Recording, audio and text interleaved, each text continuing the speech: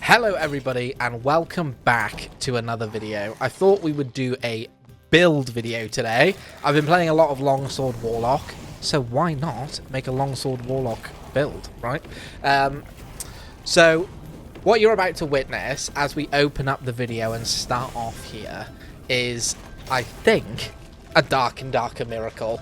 I somehow, by some grace of God, I run into, look at this, I run past these skeletons, I get blocked, I just get hit by about everything, and somehow I don't die.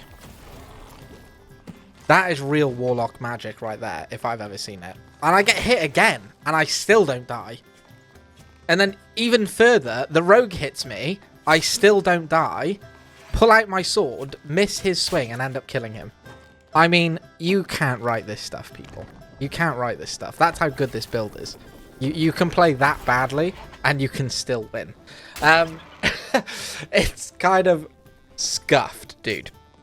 So, my Youthafro fans are going to be looking, if possibly you're watching the video, are going to be looking and thinking, the Chris Dagger, brother. The Chris Dagger is where it's at. That is far superior as a weapon.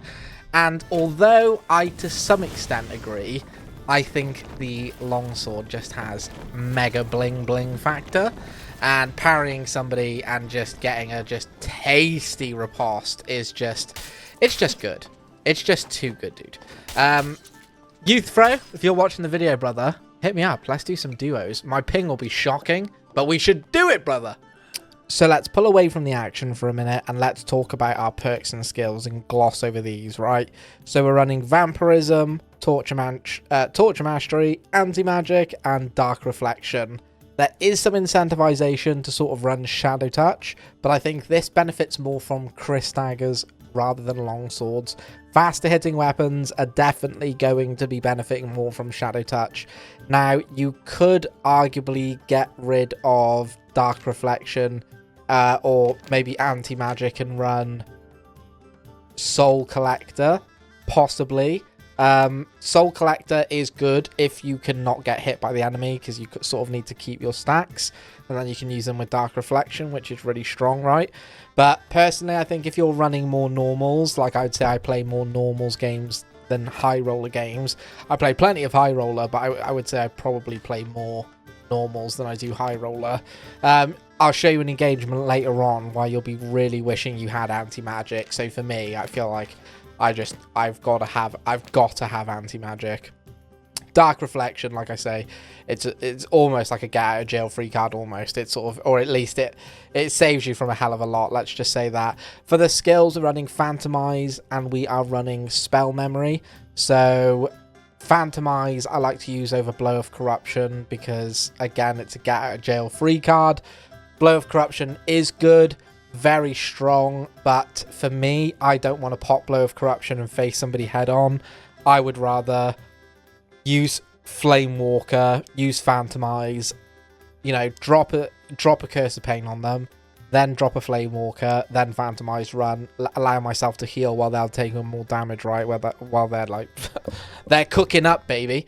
So that's what I would rather do. So Phantomize for me is the winner, and of course we're going to need Spell Memory. Moving swiftly on into spells, we're running Power of Sacrifice, Curse of Pain, Flame Walker, Bolt of Darkness, and I do tend to run Eldritch Shield here because I think it's super strong to have another friggin' 20%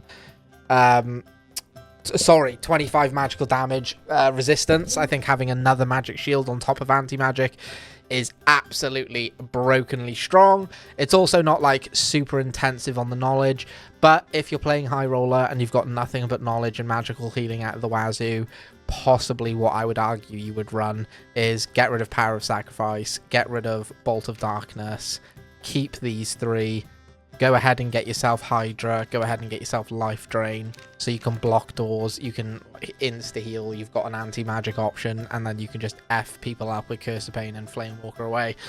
That's super strong. But for the people that are running a little less, like myself, then I think this is an absolutely beautiful setup. And in normals, when you've got nothing, Bloodstained Blade works out really nicely because it's not very expensive. But if you pop Power of Sack, if there's a few enemies around and you Curse of Pain, Power of Sack them, then sack yourself, then Bloodstained Blade yourself, you'll just heal and just do crazy damage. So that can make you really tanky and really strong. So that's the spells, guys. Let's move back over. You can see this is when I was using my Curse Mastery build. And I'm pretty sure the reason I'm like, don't use it is... I was watching Euthyphro the other day. And I'm pretty sure I saw him say, Curse Mastery is absolute trash. Don't ever use Curse Mastery. And I was like, what? And so I tested Curse Mastery on the dummy, and he was right, dude. It is trash. It is really bad. So literally, it's a bit of a wasted spot, to be honest. So our first, or I should say, one of our first few engagements here, and the Barbarian, the poor Barbarian, was slightly AFK, so we had to give him a couple of curses. He did obviously see that he got zapped and was like straight back to the PC, bless him. But I'm just raining shadow bolts down on him right now. Bolt of darkness after bolt of darkness. And the dude he punched the wall, and I was like, does he want to break? Is he saying truce? But then he raged and ran at me, so that was it. That was game over for the old Barbarian. And then I had a nice little normal game, actually, the other day. Yesterday, in fact. And I think we opened straight up into the combat here. It all happened pretty quickly. So, I mean, it's not that it was particularly nice for loot or anything, but there was just a nice bit of engagement, you know, a good bit of fighting. Now, the first fight of the 3 I think we have here is not so great. I mean, I say not so great. What you're seeing is is just the runaway dark and darker meta, right? I'm against the rogue. I'm just trying to hit him with some Curse of Pains here, and the dude is running, slurping. I'm like, Curse of Pain. He's not dying, Curse of Pain. At some point, I decide, here we go, that I'm switching to Bolt of Darkness, and I whip one downwind and catch him right on his heels, and that was game over for the little rogue boy. We gave him a heart emo though, because it's all love. It's all love in Dark and Darker, right? And then as I'm looting this boy, you can see now, this is what I was saying earlier. I said, you're going to see a clip where I really wish I had anti-magic. So I'm running the trash perk Curse Mastery at the moment, and we have nothing but a friggin' wizard. Dude, look at this. Did you just see how much damage his lightning strike took off of me? That was easily like, oh my god, look how close to friggin' death I am, dude. I mean, one lightning strike and the splash damage off of the fireball, and I was sweating, dude. So accidentally friggin' sack myself, but I did get a sack on him too. I quickly switch over to Shadow Bolt, start whipping them. I've got heals now because I'm just leeching off of him, and I mean, it was lucky that we managed to kill him. Let me just tell you that right now. If I had anti-magic, I feel like that would have been a lot more of a no-problem situation. I do find myself looking around quite a lot in, you know, in these games these days. I don't know if anyone else is. It's not so bad, but a lot of the time I find myself just constantly searching for people, all the time. And from start to end of the game, I'm like, where the hell is everybody? There we go. So we hear our first sign of him. I immediately run over. I think it's a fighter. No, it's a ranger. Yeah, defo ranger. He's giving the old triple shot. So, I mean, look at the damage of his bow. Ooh, it hurts, baby. It hurts. He hit me with 2 arrows, and I am feeling it. But I accidentally sacked myself, and I'm like, no, I can't believe. But he jumped down, and I was like, I can't believe he just jumped down. So I use it as an opportunity to try and get him through the bars, but the sack is eating up my health. And so is me casting spells. So I just drop a quick Curse of Pain on the centipede and then start bandaging it up just to get a bit more life back. Jump back down. Immediately I'm like, right, let's generate some firepower here. Get on my heels and on my way. I run down this way. I'm like, nope, no mobs have been aggroed. Double down, turn around, run back. I see him right there and I'm like, oh, there he is. Then there's a goblin. Then there's a friggin' centipede. And I'm like, right, he's got everybody after him. And then 3 more goblins. And I'm like, look at him go. And then Curse of Pain. And he was dead. And it was game over. I did spend the rest of the game looking for anybody else. And there was one other guy. And I cast at him. I went for him. And he immediately left, opened a portal, and dipped.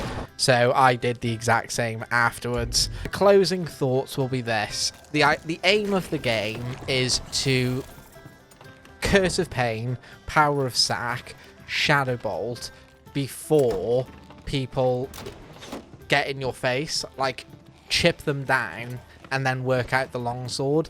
There's plenty of situations where, like this fighter chasing me, you can whack Curse of Pains out, still manage to outrun people. Plenty of builds can't outrun you. Plenty of them can as well, don't get me wrong. But, you know, the point is that you've got plenty of time to be able to hit these Curse of Pains and then pop things like Bolt of Darkness, Flame Walker, and then when they're low, and as you can see, I'm biding my time here, waiting until he's low. I know how the Falchion moves, so I pull out the longsword. He goes for a swing. Easiest power in my life. And you can use the longsword like that, right? So that's, I feel like, one of the more effective ways to use it rather than being a bit more run and gun. But if you do play a bit more run and gun, then Blood-Stained Blade and Power of Sacking yourself, as well as like sacking enemies around you, is the way to go if you want to be a bit more forward. And maybe you swap out anti-magic for demon armor if you want, you know, that heavier armor play style. But that's my closing thoughts, everybody. Thank you very much for watching the video. This has been the Longsword Warlock build video. If you enjoyed it, please give a like, subscribe, comment, do all the good stuff. I will see you in the next video. Until then, peace out. Love you all. Ciao, ciao. Bye.